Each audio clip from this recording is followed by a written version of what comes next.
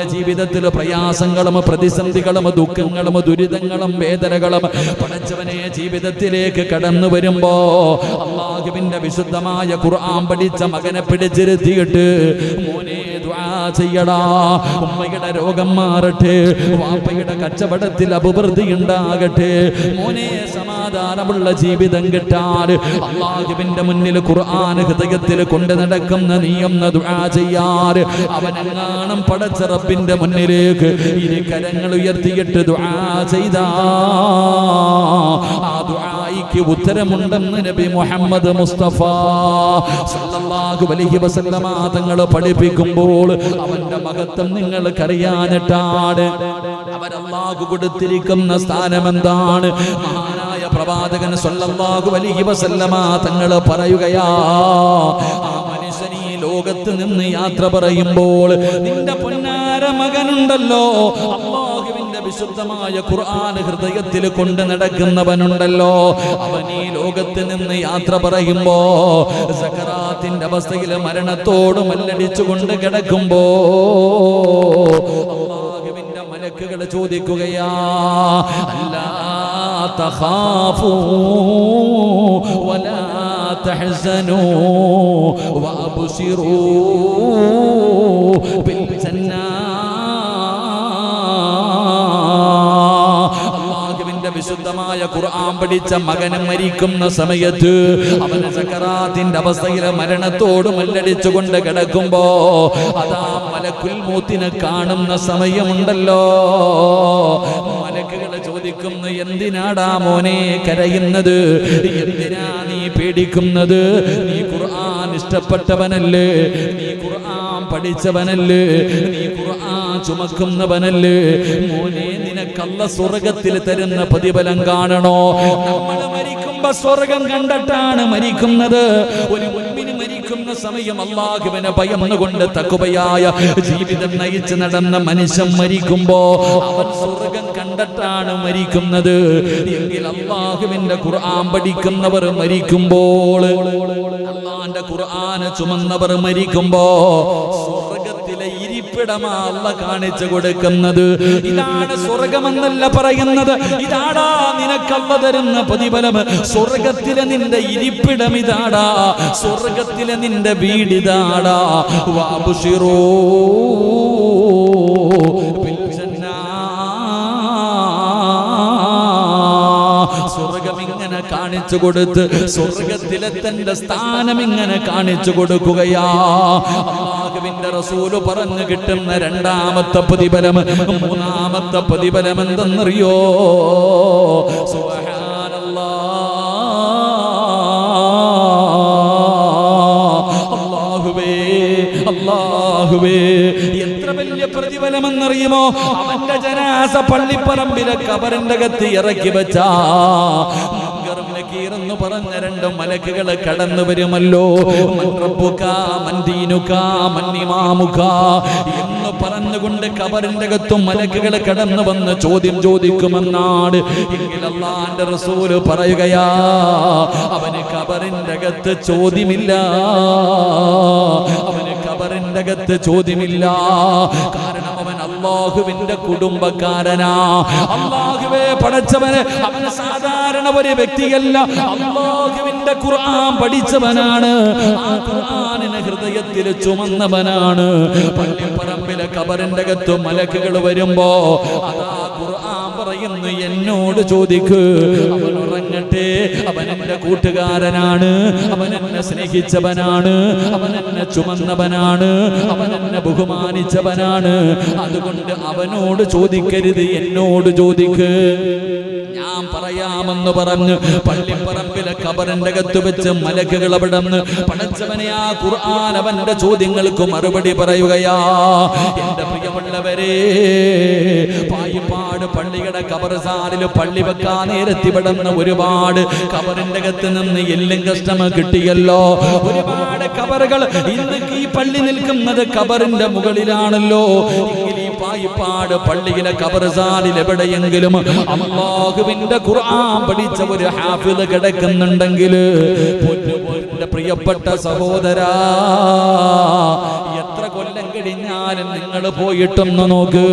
ഈ പായിപ്പാട് പള്ളിയുടെ ഖബർസ്ഥാനിൽ ഒരു ഹാഫിദ് മരിച്ചത് ഓർമ്മയുണ്ടെങ്കിൽ ആ ഹാഫിദിന്റെ ഖബർ എവിടെയാണെന്ന് തെരഞ്ഞു നോക്കിയിട്ട് നാളെ നിങ്ങൾ ചെന്നിട്ട് ആ ഖബറൊന്ന് മാന്തി നോക്ക്.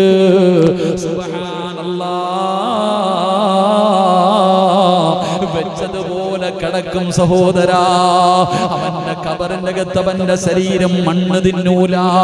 അല്ലാഹുവിന്റെ ഖുർആൻ പഠിച്ചവന് മണ്ണ് തിന്നില്ല. നിങ്ങൾക്ക് സംശയമുണ്ടെങ്കിൽ നിങ്ങൾക്കറിയുമെങ്കിൽ നാളെ ചെന്നിട്ട് നിങ്ങൾ മാന്തി നോക്ക്. മുത്തുനബിയാണ് പറഞ്ഞത്, ഖുർആൻ പഠിച്ചവന്റെ ശരീരം മണ്ണ് തൊടില്ല എന്ന് നബി മുഹമ്മദ് മുസ്തഫ. അള്ളാന്റെ ഖുർആൻ പഠിച്ചവന്റെ ശരീരം മണ്ണും പുഴുക്കളും തിന്നൂല. അത് അതുപോലെ തന്നെ കിടക്കും. അള്ളാഹു ഈമാൻ തരുമാറാകട്ടെ. നമ്മളൊന്ന് പോയി നോക്കിക്കേ. ഈ അടുത്തൊക്കെ അടക്കിയ ഖബറിന്റെ പലക ഇടിഞ്ഞിട്ട് കിടപ്പുണ്ട്. കാല് കാണാൻ തല കാണാൻ പലതും പള്ളിക്കാട്ടിൽ. എന്നാൽ ഖുർആൻ അതാണ്. ഖുർആൻ തൊടില്ല, മണ്ണ് തിന്നൂല, പുഴുക്കൾ തിന്നൂല. അതുപോലെ തന്നെ കിടന്നുറങ്ങും. അള്ളാഹു നമുക്ക് ഈമാൻ തരുമാറാകട്ടെ. അള്ളാഹു നമുക്ക് ഈമാൻ തരുമാറാകട്ടെ. നാളെ പടച്ച റബ്ബിന്റെ പരലോകത്തേക്ക് ഖബറിന്റെ അകത്ത് നിന്ന് എഴുന്നേക്കുമ്പോ തലയിലിരിക്കണ മുടി തട്ടിക്കളഞ്ഞിട്ട് ചോദിക്കും, ആരാപ്പ എന്നെ വിളിച്ചേ? ഉറക്കത്തിൽ നിന്ന് രാവിലെ കല്യാണം കഴിഞ്ഞ് ഫസ്റ്റ് നൈറ്റിൽ കടന്നുറങ്ങിയിട്ട് പുതിയാപ്പള ഉറക്കത്തിൽ നിന്ന് എഴുന്നേക്കണ പോലെ ഈ ഖുർആൻ പഠിച്ച മകന് പായിപ്പാട് പള്ളിയുടെ ഖബർസ്ഥാനിൽ നിന്ന് എഴുന്നേറ്റിട്ട് ചോദിക്ക, ആരാ വിളിച്ചുണർത്തിയേ? അല്ലാഹു ആരം പടച്ചോനെ നാലിച്ചു വെക്ക്. നമ്മളുടെ അവസ്ഥയൊന്ന് ആലിക്ക്. നമ്മളെങ്ങനെ എഴുന്നേക്കാം? ഇവിടെ നിന്ന് ഓരോ മനുഷ്യനും എഴുന്നേക്കുന്ന രംഗം നിങ്ങളൊന്ന് ചിന്തിക്ക്. ഖുർആൻ പഠിച്ചവൻ എഴുന്നേറ്റിട്ട് ചോദിക്കുന്നു, ആരാ വിളിച്ചുണർത്തിയത്? അല്ലാ പടച്ചോൻ, ഇത് ആരാപ്പ നിക്കണേ? ഖബറിന്റെ അകത്ത് നിന്ന് എഴുന്നേറ്റ് നോക്കുക, ആരാ നിക്കണ? ഒരാള് സുന്ദരനായി സുമുഖനായിട്ട് ഇങ്ങനെ നിക്ക. എടാ ചങ്ങാതി എഴുന്നേക്ക്, നമുക്ക് പോകാം. മശ്റയാ, ഇന്ന് മശ്റയാ. അല്ലാഹുവാണ് വിളിച്ചിരിക്കുന്നത്. എഴുന്നേക്ക്. നീ ആരാടാ ചങ്ങാതി എന്നെ വിളിക്കാൻ? നീ ആരാ? ഞാൻ കണ്ടിട്ടൊന്നും ഇല്ലല്ലോ, നമ്മൾ തമ്മിൽ പരിചയമൊന്നും ഇല്ലല്ലോ. എടാ മോനെ, നീ ചുമന്നോണ്ട് നടന്ന ഖുർആനാടാ ഞാനാണ് പരിശുദ്ധമായ ഖുർആൻ. നീ എഴുന്നേക്ക്. വിളിച്ചുണർത്തിയിട്ട് പടച്ചവനെ നല്ല വസ്ത്രങ്ങൾ അങ്ങിട്ട് കൊടുക്കുക. സ്വർഗത്തിലെ വസ്ത്രം ധരിപ്പിക്കുക. ഏറ്റവും കൂടുതൽ വില കൂടിയ വസ്ത്രങ്ങൾ, അള്ളാഹുവിന്റെ സ്വർഗത്തിലെ വസ്ത്രങ്ങളൊക്കെ ധരിപ്പിച്ചിട്ട് ഇവന്റെ തലയിൽ കിരീടം വെച്ച് കൊടുക്കുന്ന, ഇവന്റെ ഉമ്മാക്കും ഉപ്പാക്കും കിട്ടുന്ന അതിലും വേറെ. ഇവന്റെ ഈ ഖുർആൻ പഠിക്കുന്ന ഒരു വിദ്യാർത്ഥി, ആ വിദ്യാർത്ഥിയുടെ മാതാപിതാക്കൾക്ക് പോലും പ്രത്യേക പരിഗണനയുണ്ടെന്നാ.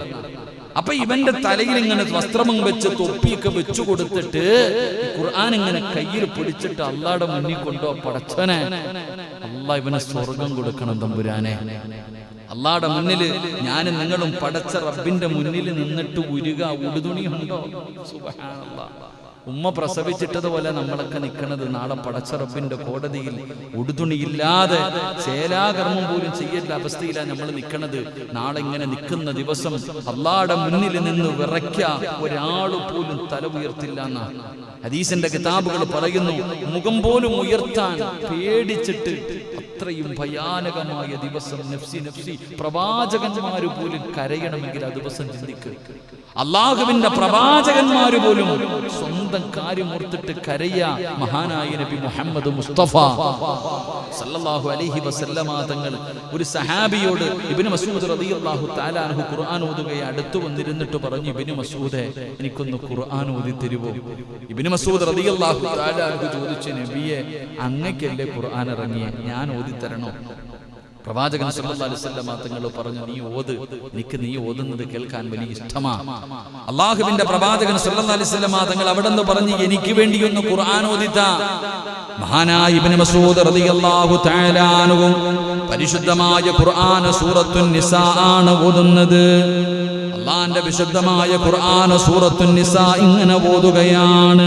അള്ളാന്റെ റസൂൽ സല്ലല്ലാഹു അലൈഹി വസല്ലമ തങ്ങള് അവിടെ ഇങ്ങനെ കേട്ടുകൊണ്ടിരിക്കുകയാണ്. അതാ ഇങ്ങനെ ഓതി ഓതി വരികയാണ്. റബ്ബേ, പരിശുദ്ധമായ ഖുർആൻ ഇങ്ങനെ ഓതിക്കൊണ്ടിരിക്കുമ്പോ അതാ വിശുദ്ധമായ ഖുർആൻ സൂറത്തു നിസാ ഇങ്ങനെ ഓതിക്കൊണ്ടിരിക്കുകയാണ്.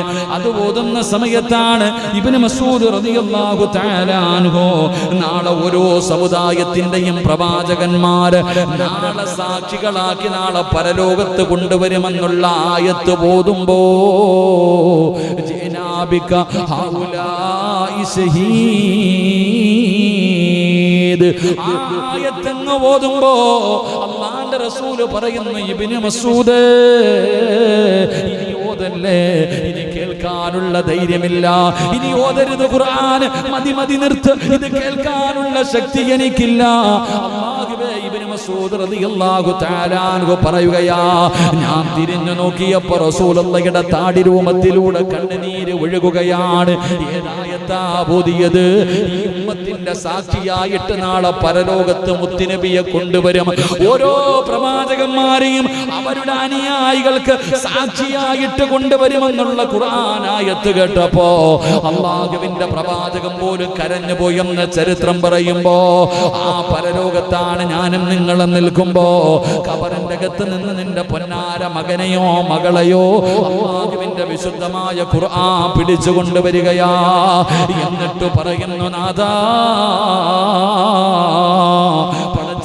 എത്രയോ ആൾക്കാർ ഖുർആൻ പഠിക്കാതെ, ഖുർആൻ ഓതാതെ, ഒന്ന് തുറന്നു പോലും നോക്കാതെ, എന്റെ മുകളിൽ ഇരുന്ന പൊടി പോലും ഒന്ന് തുടച്ച് കളയാതെ എത്രയോ പേര് എന്നെ ബഹുമാനിക്കാതിരുന്നപ്പോ അല്ലാഹുവേ, ഇവൻ എന്നെ ബഹുമാനിച്ചവനാണല്ലാ, ഇവൻ ഹൃദയത്തിൽ ചുമന്നവനാണല്ലാ.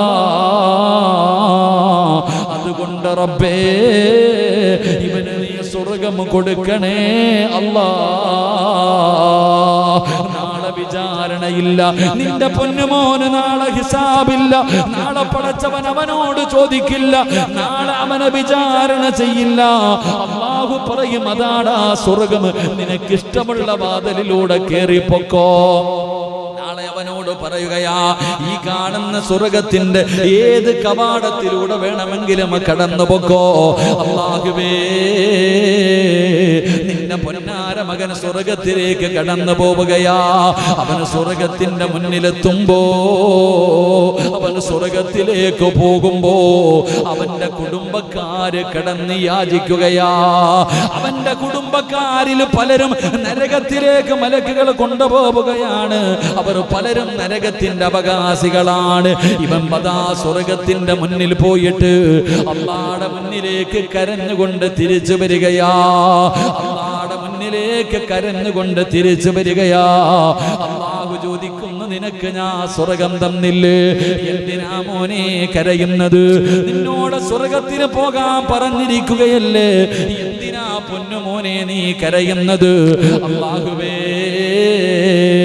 എന്റെ ഉമ്മയും എന്റെ ഉപ്പയും എന്റെ കൂടപ്പറപ്പും എന്റെ കുടുംബക്കാര് ഇവരൊക്കെ നരകത്തിൽ പോകുമ്പോ എനിക്ക് മാത്രം എന്തിനാ പടച്ചവനെ സ്വർഗം?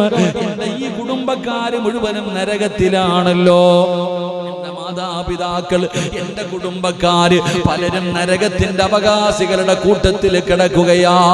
ആ സമയത്ത് ഞാൻ മാത്രം എങ്ങനെയാ പടച്ചവനെ സ്വർഗത്തിൽ പോകുന്നത്? അവനെ കൂടെ രക്ഷപ്പെടുത്തണേ അല്ലാ.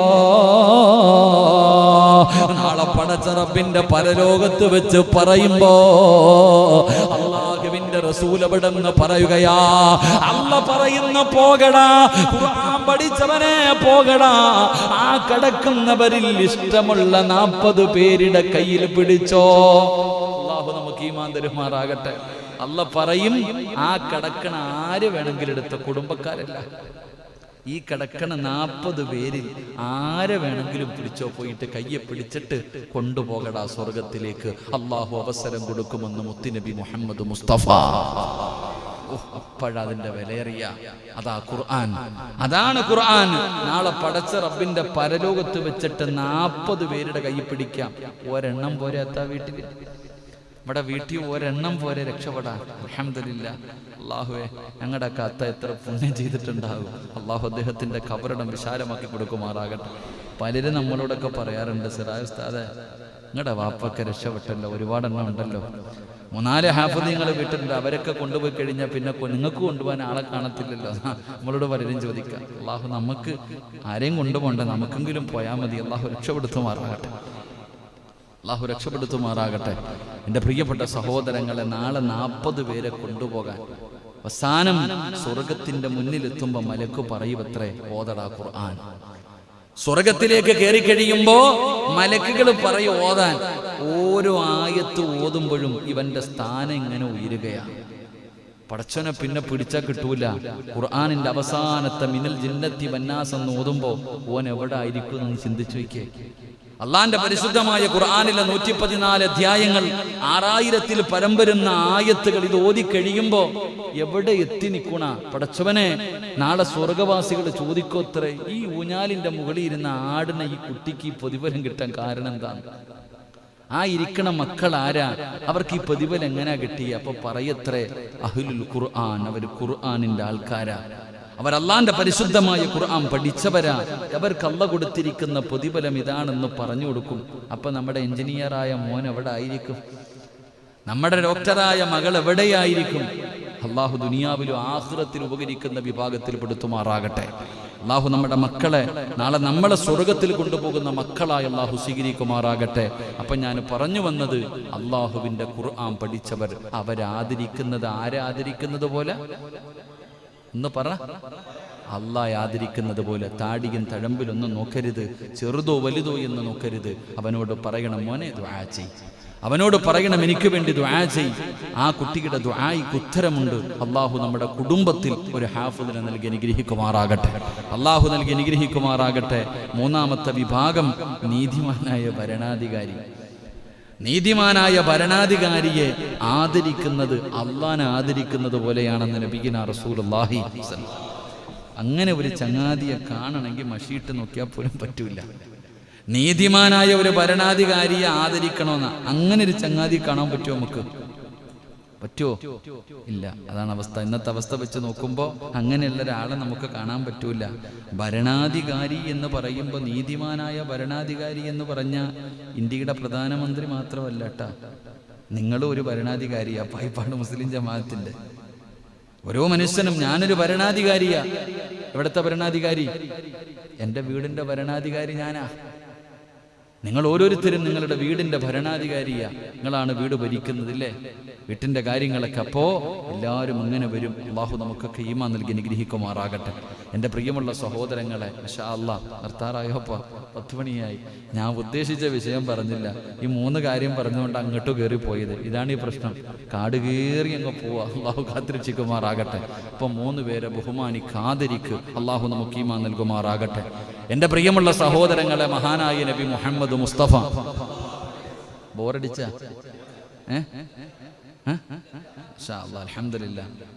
അപ്പൊ നിങ്ങൾ ചിന്തിക്കുക, എൻ്റെ പൊന്നാര സിറാജ് ഉസ്താദ്, ഈ ഹാഫിദീങ്ങൾ മാത്രമേ പോകത്തുള്ളൂ, നമുക്കൊന്നും ഇല്ലേന്ന്. നമ്മൾ ചിന്തിക്കുന്നത് ഹാഫിദീങ്ങളും ആലിമീങ്ങളും മാത്രമേ പോകത്തുള്ളൂ. നിങ്ങൾക്ക് പോണോ? നിങ്ങൾക്ക് ഒരാളെങ്കിലും കൊണ്ടുപോകാനുള്ള ഒരു അവസരമുണ്ട്.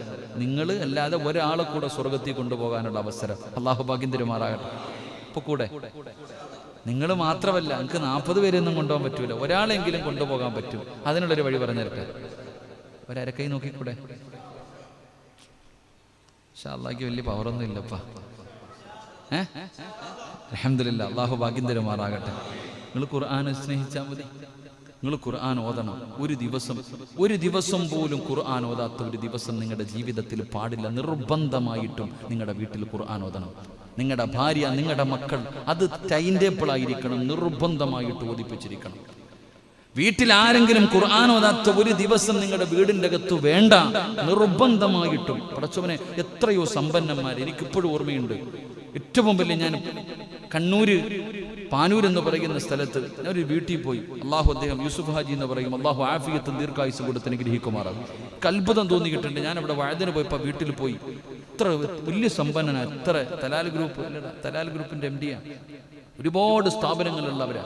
ഞാൻ അദ്ദേഹത്തിന്റെ വീട്ടിൽ പോയി മഗ്രിബ് നമസ്കാരം കഴിഞ്ഞപ്പോൾ എനിക്ക് അത്ഭുതം തോന്നി. ഇത്രയും വലിയ സമ്പന്നനായിട്ടും ആ മഗ്രിബ് നമസ്കാരം കഴിഞ്ഞപ്പോൾ ആ വീട്ടിലെ കൊച്ചു കുട്ടികൾ വരെ ഇരുന്ന് ഖുർആൻ ഓതുക. ആ വീട്ടിലെ ആണുങ്ങളും പെണ്ണുങ്ങളും കുട്ടികൾ വരെ അതാ വീട്ടിലെ നിയമമാ. ഇത്രയും വലിയ സമ്പന്നനായ മനുഷ്യന്റെ വീടിന്റെ അകത്ത് പോലും മഗ്രിബ് നമസ്കാരം കഴിഞ്ഞാൽ ഖുർആൻ ഓതിയിരിക്കണം, നിർബന്ധം. ഒരു 10 മിനിറ്റ്, അത് കഴിഞ്ഞ് പഠിക്കാൻ തന്നെ അവകാശമുള്ളൂ. ഇത് ഞാൻ പറയുന്നത് ഏതെങ്കിലും ഒരു പാവപ്പെട്ടവന്റെ കുടിലിലെ കാര്യമല്ല. ഒരുപാട് സൂപ്പർ മാർക്കറ്റുകളുള്ള തലാൽ ഗ്രൂപ്പ് എന്ന് പറയുന്ന വലിയൊരു ഗ്രൂപ്പ്, അവരുടെ കുടുംബത്തിന്റെ അവസ്ഥയാ. അള്ളാഹു അദ്ദേഹത്തിന് ദീർഘായുസ് കൊടുത്ത് അനുഗ്രഹിക്കുമാറാകട്ടെ. ആഫിയത്തും ദീർഘായുസും അൽഹംദുലില്ലാഹ് നമ്മളൊക്കെ വലിയ ഇഷ്ടപ്പെടുന്നവരാ. അള്ളാഹു ആഫിയത്തും ദീർഘായുസും കൊടുക്കുമാറാകട്ടെ. എൻ്റെ പ്രിയപ്പെട്ട സഹോദരങ്ങൾ, അതാണ് വീട് നിർബന്ധം. ഇവിടേക്ക് ഞാൻ ചോദിച്ചു, ഭക്ഷണം ഒരുമിച്ച് കഴിക്കുക വീട്ടിൽ? എവിടെ പോയാലും ഓടിപ്പിടച്ച് വരും മക്കളൊക്കെ. കാരണം എന്തേ? ഒരുമിച്ച് ഒറ്റ വീട്ടിൽ, ആ വലിയ വീടിൻ്റെ അകത്ത് ഒരുമിച്ചിരുന്ന് അവർ ഭക്ഷണം കഴിക്കാറുള്ളൂ. അതൊക്കെ ആയിരിക്കാം അവരുടെയൊക്കെ ജീവിതത്തിലും ബിസിനസ്സിലെയും ബറക്കത്ത്. അള്ളാഹു നിലനിർത്തി കൊടുക്കുമാറാകട്ടെ. എൻ്റെ പ്രിയപ്പെട്ട സഹോദരങ്ങളെ, ഞാൻ പറഞ്ഞത് നിർബന്ധമായും നമ്മുടെ വീടുകളിൽ ഖുർആൻ ഓതുന്നത് നിർബന്ധമാക്കണം. അങ്ങനെ നമ്മൾ ഓതാൻ തയ്യാറായാൽ മഹാനായ നബിയിന റസൂലുള്ളാഹി സ്വല്ലല്ലാഹു അലൈഹി വസല്ലമ തങ്ങൾ പറഞ്ഞു, അള്ളാഹുവിന് ചില അടുത്ത ആൾക്കാരുണ്ടെന്ന് പറഞ്ഞാൽ കുടുംബക്കാര്, നമ്മളെ പോലുള്ള കുടുംബമല്ല, അള്ളാഹുവിനോട് അടുത്തവർ. റസൂലുള്ളാഹി സ്വല്ലല്ലാഹു അലൈഹി വസല്ലമ തങ്ങളോട് സഹാബത്ത് ചോദിക്കുന്ന, അള്ളാഹിന് കുടുംബക്കാരുണ്ടോ നബിയെ? ഉണ്ട്. ആരാ? അഹ്ലുൽ ഖുർആൻ, ഖുർആനിന്റെ അഹ്ലുകാര്. അള്ളാഹ്ക്ക് മക്കളോ കൂടപ്പുറപ്പോ അല്ല, അള്ളാഹുവിലേക്ക് അത്രയും അടുത്തവരാരാ? ഖുർആൻ പഠിക്കുകയും പഠിപ്പിക്കുകയും ആ ഖുർആനിനെ ഹൃദയത്തിൽ കൊണ്ടു നടക്കുകയും ഓതുകയും ചെയ്യുന്നവർ. അള്ളാഹു ഭാഗ്യം തരുമാറാകട്ടെ. അപ്പൊ ഇൻഷാ അല്ലാഹ് ഓതിക്കൂടെ? ഇന്നു മുതൽ മരിക്കണ കാലം വരെ പരിശുദ്ധ ഖുർആൻ ഒരു ദിവസം ഒരു സൂറത്തെങ്കിലും ഓതിയിട്ടേ ഉറങ്ങാവൂ. അള്ളാഹു ഭാഗ്യം തരുമാറാകട്ടെ. ഇൻഷാ അല്ലാഹ്. ഏത് സൂറത്ത് ഓതും? ഏത് സൂറത്ത് ഓതും? ഫാത്തിഹായോ അതോ ഇന്നാത്തനെ അതോ കുൽഹു വല്ലായോ? ഏതാ ഓതാ? ഒരെണ്ണം ഫിക്സഡ് ആക്ക്, അതാകുമ്പോ പ്രതിഫലം കിട്ടുമല്ലോ. സൂറ 30 ആയത്തുണ്ട് കാക്ക, ബുദ്ധിമുട്ടായിരിക്കും ചിലപ്പോൾ. എളുപ്പമുള്ളത് വല്ലോ നോക്കാം. ഇപ്പൊ തറാവീക്ക് വരുമല്ലേ, ഇവിടെ എങ്ങനെ വല്ലുഹ മുതലാണ്? ഇവിടെ പോയപ്പോ, അടുത്ത വാഴന പോയപ്പോ പറഞ്ഞത് വല്ലുഹ മുതല. ചില പള്ളിയിൽ അലന്തറ മുതൽ താഴോട്ടടിക്കണം 10-10. ചില പള്ളികൾ വല്ലുഹ മുതൽ താഴെ വരെ 20 സൂറത്തുകൾ ഓതും. ചില പള്ളിയിൽ അലംതറ കൈഫ മുതൽ ഇഖ്ലാസ് വരെ. വീണ്ടും ഒന്നുകൂടെ. അത്ര എളുപ്പം തീർത്തിട്ട് ഓടുന്നു. അല്ലാഹു അഅലം. അല്ലാഹു നമുക്ക് പറഞ്ഞിട്ട് കാര്യമില്ല. ചില ആൾക്കാർക്ക് ധൃതി എങ്ങനെ നോക്കും, എവിടാടാ ഏർത്ത് തീരുന്ന പള്ളി.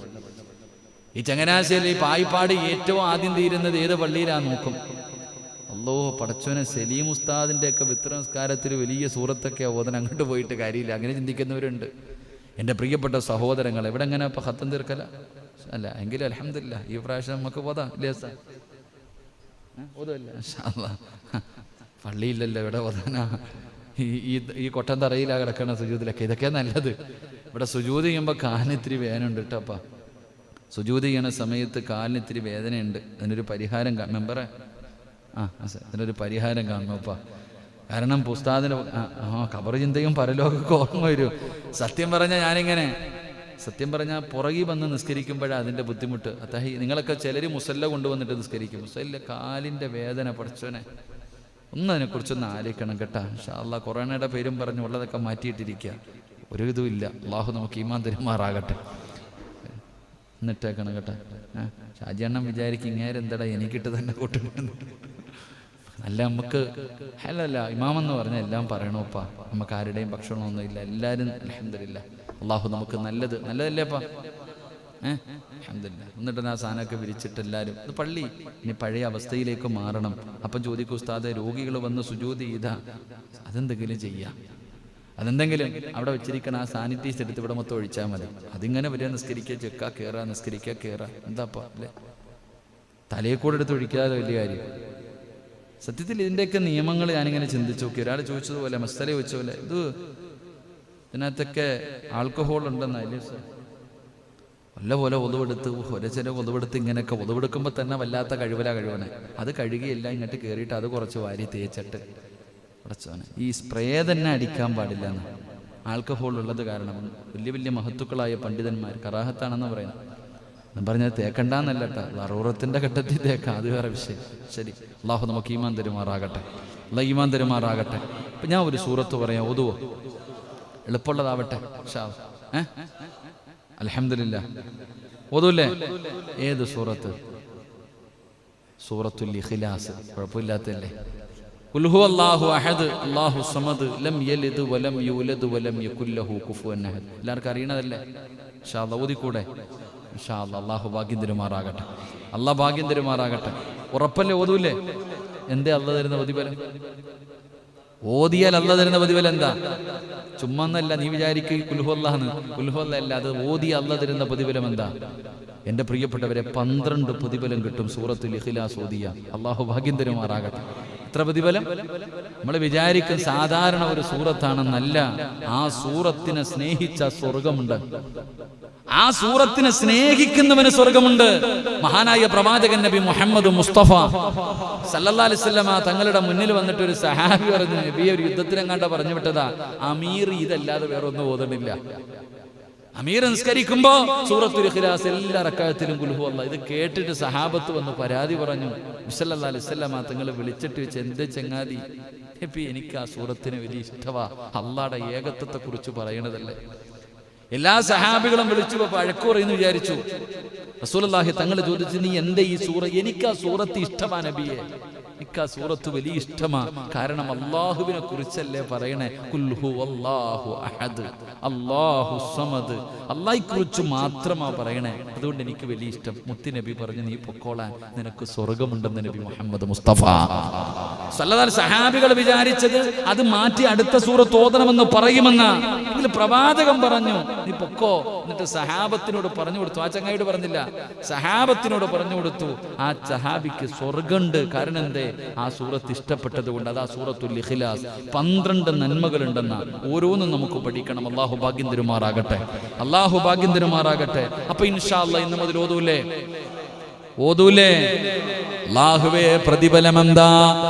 മഹാനായ നബി മുഹമ്മദ് മുസ്തഫ സല്ലല്ലാഹു അലൈഹി വസല്ലമ തങ്ങൾ പറയുകയാണ്, ഈ സൂറത്ത് നിങ്ങൾ ഓതുകയാണെങ്കിൽ അല്ലാഹു നിങ്ങൾക്ക് തരുന്ന പ്രതിഫലം എന്തെന്നറിയുമോ? സൂറത്തുൽ ഇഖ്ലാസ് മാത്രമല്ല, ഏത് സൂറത്ത് ഓതിയാലും അല്ലാഹുവിന്റെ ഖുർആനിനെ സ്നേഹിച്ചതിന്റെ പേരില് അല്ലാഹു നിനക്ക് തരുന്ന പ്രതിഫലം എന്തെന്നറിയുമോ? എന്റെ പ്രിയമുള്ള സഹോദരാ,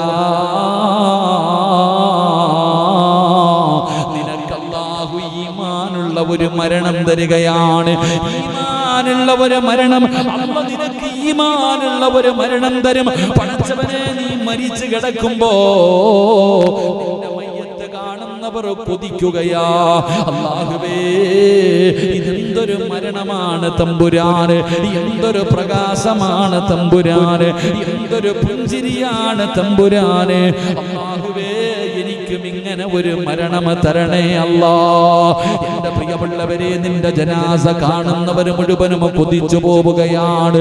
പടച്ചവനെ, ഈമാനുള്ള ഒരു മരണം അല്ലാഹു നിനക്ക് തരികയാ. 2, മഹാനായ നബി മുഹമ്മദ് മുസ്തഫ സല്ലല്ലാഹു അലൈഹി വസല്ലമ തങ്ങൾ പറയുകയാ, ഇതൊരു ചെറിയ സൂറത്താണെന്ന് നിങ്ങൾ ഒരിക്കലും കരുതരുത്. ഇതിന്റെ പ്രതിഫലമാണ് പറയുന്നത്. എന്റെ പ്രിയമുള്ളവരെ, മരിച്ചു കിടക്കുമ്പോ നിന്റെ മുഖത്ത് കാണാം അതിന്റെ പ്രതിഫലം. നിന്റെ കുടുംബക്കാര് കാണുകയാണ്, നിന്റെ ഭാര്യ മക്കള് കാണുകയാണ്, നിന്റെ നാട്ടുകാര് കാണുകയാണ്. അല്ലാഹുവേ, മരിച്ചു കിടക്കുമ്പോ നിന്റെ മുഖത്ത് പ്രകാശമാ. അങ്ങനെ ഒരു പ്രകാശം എല്ലാവർക്കും കിട്ടൂല. എന്റെ പ്രിയമുള്ളവരെ, ജീവിച്ചിരിക്കുമ്പോ ചിരിക്കാൻ പറ്റും, പക്ഷേ മരിച്ചു കിടക്കുന്ന സമയത്ത് ആർക്കാ ചിരിക്കാൻ കഴിയുക? ആർക്കാ ചിരിക്കാൻ കഴിയുക?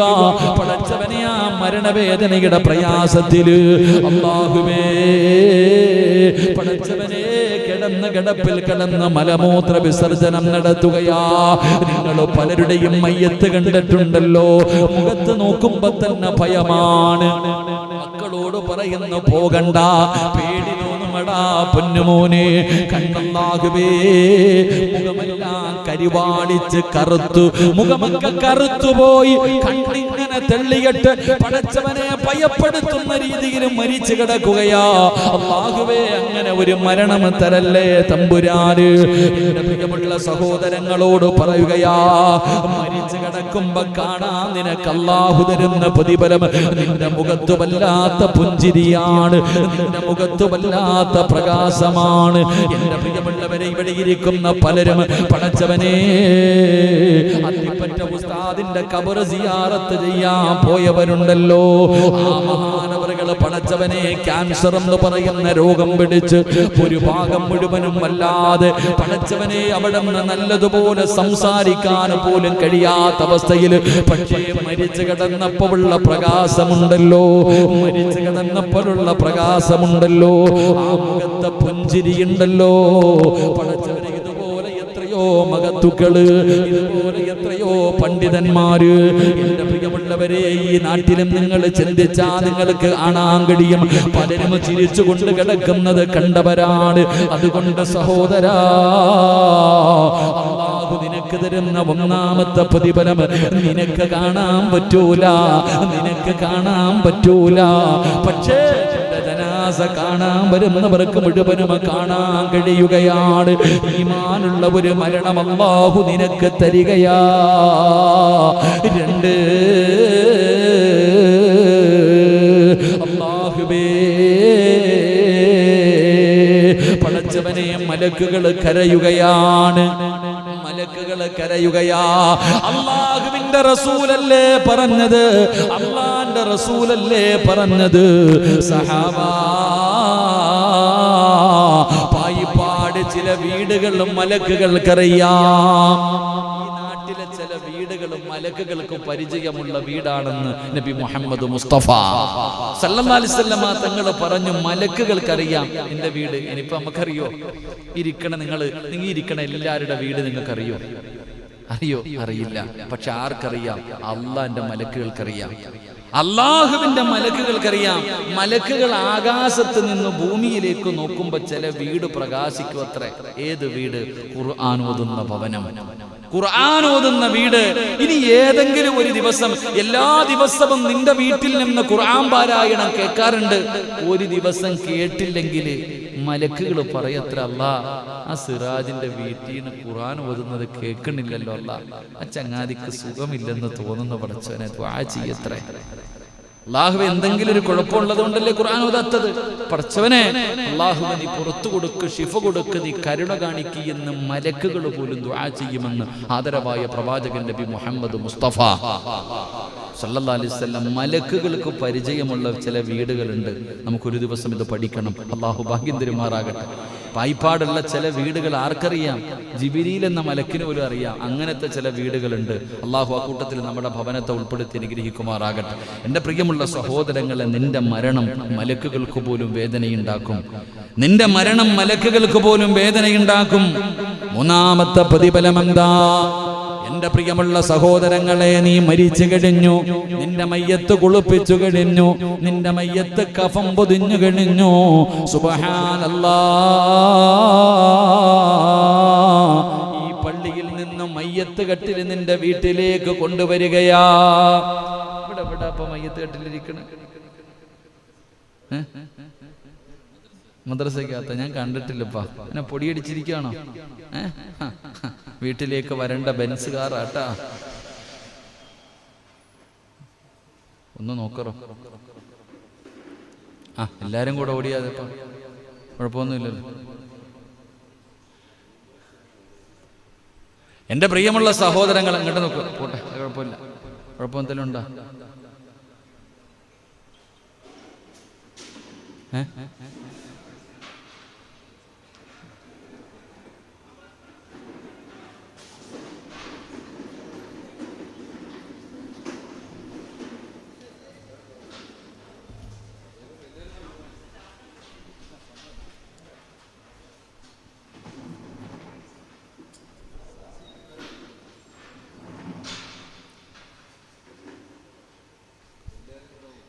ഇൻഷാ അല്ലാഹ്. എന്തെങ്കിലും കുഴപ്പമുണ്ടോ നോക്ക്. എന്തെങ്കിലും കുഴപ്പമുണ്ടോ? എന്താ പറ്റിയതേക്കാ? ബൈക്ക് മറിഞ്ഞ? ഇൻഷാ അല്ലാഹ് നോക്കാം. പോകുന്നവർ നോക്കുകയാണെങ്കിൽ ഇൻഷാ അല്ലാഹ് എല്ലാവരും എഴുന്നേറ്റ് പോയി. ഇൻഷാ അല്ലാഹ് 3 സ്വലാത്ത്. സല്ലല്ലാഹു അലാ മുഹമ്മദ് സല്ലല്ലാഹു അലൈഹി വസല്ലം, സല്ലല്ലാഹു അലാ മുഹമ്മദ് സല്ലല്ലാഹു അലൈഹി വസല്ലം, അല്ലാഹുമ്മ സ്വല്ലി അലാ മുഹമ്മദ് യാ റബ്ബി സ്വല്ലി അലൈഹി വസല്ലം. അല്ലാഹു സ്വീകരിക്കുമാറാകട്ടെ. എന്തൊക്കെ വല്ല കുഴപ്പമുണ്ടോ? എന്താ ബൈക്കിന് വേണം?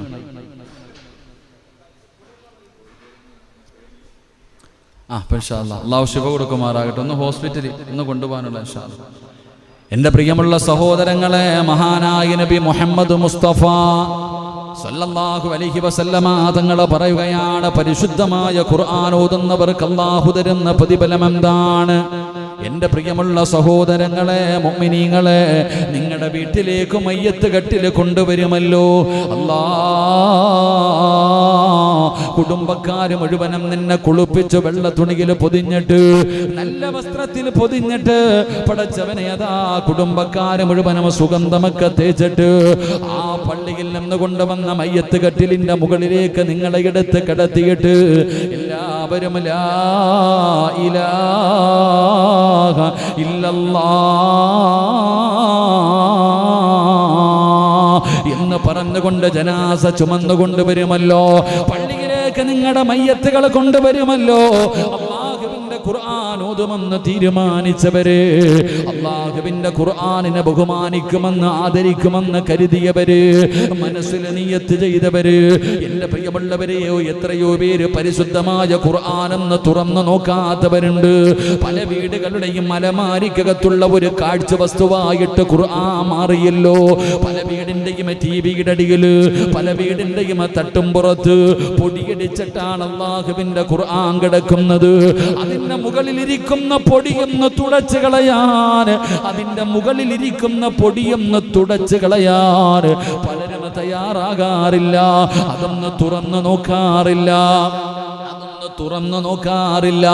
എൻ്റെ പ്രിയമുള്ളവരെ, ശാപമാണ്. ഉസ്താദേ, വീടിൻ്റെ അകത്ത് സമാധാനമില്ല, വീടിൻ്റെ അകത്ത് സന്തോഷമില്ല. പടച്ചവനെ, പരാതി പറയുന്ന പിതാക്കന്മാരോട്, നിന്റെ വീടിൻ്റെ അകത്തിരിക്കുന്ന ഖുർആൻ, അലമാരിക്കകത്ത് നിരത്തി വെച്ചിരിക്കുന്ന ഖുർആൻ, അത് നീ ഒന്ന് തുറക്കാതെ വരുമ്പോ, അതൊന്ന് തുറന്ന് ഓതാതെ വരുമ്പോ, ആ ഖുർആൻ നിന്റെ വീടിന്റെ അലമാരിക്കകത്തിരുന്നിട്ട് ആ ഖുർആൻ പറയുന്നു, നാഥാ എന്നെ ഒന്ന് തുറന്നു നോക്കുന്നത് പോലുമില്ല അല്ലാ. പടച്ചവനെ, എന്നെ ഓതുന്നില്ല തമ്പുരാന്, എന്നെ പാരായണം ചെയ്യുന്നില്ല തമ്പുരാന്, എന്റെ മുകളിലിരിക്കുന്ന പൊടി പോലും ഇവര് തുടയ്ക്കുന്നില്ല, ഇവരെന്നെ പരിഗണിക്കുന്നത് പോലുമില്ല. ആ ഖുർആൻ നിന്റെ വീടിന്റെ അകത്തിരുന്ന് നിനക്ക് ശാപമാ. ആ നിന്നെ ശപിക്കുകയാണ്. പിന്നെ എങ്ങനെയാണ് നിന്റെ വീടിന്റെ അകത്ത് സമാധാനമുണ്ടാകുന്നത്, സന്തോഷമുണ്ടാകുന്നത്, നിന്റെ വീട്ടിൽ അഭിവൃദ്ധി ഉണ്ടാകുന്നത്, നിന്റെ വീടിന്റെ അകത്ത് ബറക്കത്തുണ്ടാകുന്നത്? അതുകൊണ്ട് എൻ്റെ പ്രിയമുള്ളവരെ, ഖുർആനിനെ ഹൃദയത്തിലേക്ക് ചേർത്ത് പിടിച്ചോ. നിർബന്ധമായിട്ടും പടച്ചവനെ, നീ നിന്റെ ഭാര്യയോട്, നിന്റെ മക്കളോട് പറയണം, മഗ്രിബ് നമസ്കാരം കഴിഞ്ഞാൽ ഒരു 5 മിനിറ്റെങ്കിലും ഈ വീടിന്റെ അകത്തിരുന്ന് ഖുർആൻ ഓതണം. അത് നിർബന്ധമാക്കണേ. അല്ലാതെ നീയും നിന്റെ കുടുംബം ഖുർആനിന്റെ ശാപം കിട്ടുന്നവരാകരുത്. എങ്കിൽ നിങ്ങൾക്ക് കിട്ടുന്ന പ്രതിഫലമെന്താ? എൻ്റെ പ്രിയപ്പെട്ട സഹോദരാ, എൻ്റെ പ്രിയപ്പെട്ട ചെറുപ്പക്കാരാ, എൻ്റെ ശബ്ദം കേൾക്കുന്ന ഉമ്മമാരെ, അല്ലാഹുവിന്റെ ഖുർആൻ അമിതമായി ഓതുന്ന എൻ്റെ പ്രിയപ്പെട്ടവര്, അല്ലാഹു നിങ്ങൾക്ക് തരുന്ന പ്രതിഫലം എന്തെന്നറിയുമോ? നിങ്ങളുടെ മയ്യത്ത് ചുമക്കുന്നതാരാ? നിങ്ങളുടെ മക്കളല്ല, നിങ്ങളുടെ കൂടപ്പറപ്പല്ല, നിങ്ങളുടെ കുടുംബക്കാരല്ല, നാട്ടുകാരല്ല. പിന്നെ നിങ്ങളുടെ ജനാസ ചുമക്കുന്നതാരാ? പായിപ്പാട് പള്ളിയിലേക്ക് നിന്റെ ജനാസ നിന്റെ വീട്ടിൽ നിന്ന് ചുമന്നു കൊണ്ടുവരുന്നതാരെന്നറിയുമോ? അല്ലാഹുവിന്റെ മലക്കുകളാ. അല്ലാഹുവിന്റെ മലക്കുകൾ നിന്റെ മയ്യത്ത് ചുമക്കുകയാ. മലക്കുകൾ ഖുർആൻ സ്നേഹിച്ചവര്, ഖുർആനിനെ ഇഷ്ടപ്പെട്ടവര്, ഖുർആൻ ഖുർആൻ ഓതിയവർ, അവരെ ഖുർആനിന്റെ അഹ്ലുകാര്, അവരുടെ ജനാസ മലക്കുകൾ ചുമക്കുകയാ. ഇതിനേക്കാളും എന്ത് പ്രതിഫലമാണ് വേണ്ടത്? ജനിച്ച കാലം മുതൽ മരിക്കുന്ന കാലം വരെ പടച്ചവനെ സ്തുതിച്ചു കൊണ്ടിരിക്കുന്ന പടച്ച റബ്ബിന്റെ മലക്കുകൾ നിന്റെ ജനാസ ചുമക്കുകയാ. എന്റെ പ്രിയപ്പെട്ട സഹോദരാ, എന്റെ പ്രിയപ്പെട്ടവരോട് പായിപ്പാട് പള്ളിയിൽ കബറ കുഴിക്കുന്നവരുണ്ടെങ്കിൽ, ഈ പള്ളിയിൽ കബറ കുഴിക്കുന്നവരോട് നിങ്ങൾ ചോദിച്ചു നോക്ക്, ആരുടെയെങ്കിലും മയ്യത്ത് കബറടക്കാൻ കബറ് വെട്ടിയപ്പോ മണ്ണിന് വല്ല സുഗന്ധവുമുണ്ടായിരുന്നോ? പായിപ്പാട് പള്ളിയിലെ കബറ് കുഴിക്കുന്നവരുണ്ടല്ലോ, കബറ് കുടിക്കണ ആരെങ്കിലും നിങ്ങൾക്ക് അറിയെങ്കിൽ പോയിട്ട് ചോദിക്കാം, ആരുടെയെങ്കിലും മയ്യത്ത് കബറടക്കുന്നതിന് വേണ്ടി കുഴിയെടുത്തപ്പോ വല്ല സുഗന്ധവും നിനക്ക് അനുഭവിക്കാൻ കഴിഞ്ഞിട്ടുണ്ടോ? അള്ളാഹു ഈമാൻ തരുമാറാകട്ടെ, അള്ളാഹ് ഈമാൻ തരുമാറാകട്ടെ. ഇതേപ്പോ ഖജാൻജി ഇതിന് കുഴപ്പമുണ്ടോ ചങ്ങായിക്ക്?